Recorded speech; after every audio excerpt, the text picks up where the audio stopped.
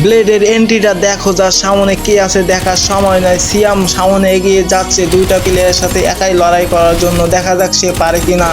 আমরা দেখতে পাচ্ছি অলরেডি সে রাশ করে দিয়েছে। দেখা যাক সে কি করে। এখানে তুখোর মুভমেন্ট করে সে পিছনের দিকে ব্যাক যাচ্ছে। এখন সেই এই দিক দিয়ে যাবে। দেখা যাক সে এখানে কি করে। অলরেডি সামনে প্লেয়ারটা চলে এসেছে, উডপিকার দিয়ে মারার চেষ্টা করতেছে সিয়াম, কিন্তু সে লাগলো না শটটা। আরো কড়া মুভমেন্ট করে পিছনের দিকে ব্যাক যাচ্ছে। দুইটা এনিমি তাকে তুখোরভাবে হামলা করতেছে, কিন্তু সে কড়া মুভমেন্টের মাধ্যমে পিছিয়ে ব্যাক যাচ্ছে, পিছনে যাচ্ছে, চালিয়ে যাচ্ছে। এখন দেখা যাক সে মারতে পারে নাকি। তুখোর মুভমেন্ট করে প্লেয়ারদের বিভ্রান্ত করার চেষ্টা করতেছে।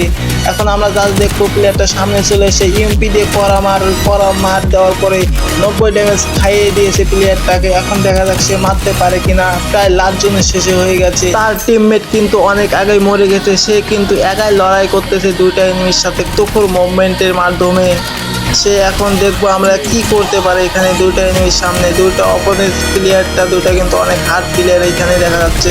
সিয়াম কি পারবে ম্যাচটাকে জিতাতে? আমরা এখন সেটাই লাইভ দেখতেছি। সিয়াম যদি পারে তাহলে তার জন্য বিশেষ একটা পুরস্কার হবে। বিপরীত দিকে যারা খেলতেছে তারাও কিন্তু সহজে হার মানতেছে না। তাদের নাম হচ্ছে, একজনের নাম হচ্ছে রাজু, অন্যজনের নাম হচ্ছে সোহাগ।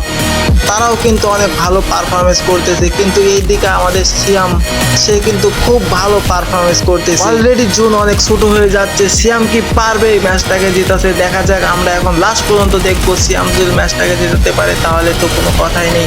জুন অলরেডি শুরু হয়ে গেছে। এখন দেখা যাক দুইজনের সাথে জুনে টিকে থাকতে পারে কিনা। ও মাই গড, সিয়াম অলরেডি ম্যাচটাকে ভেক্টর করে ফেলেছে।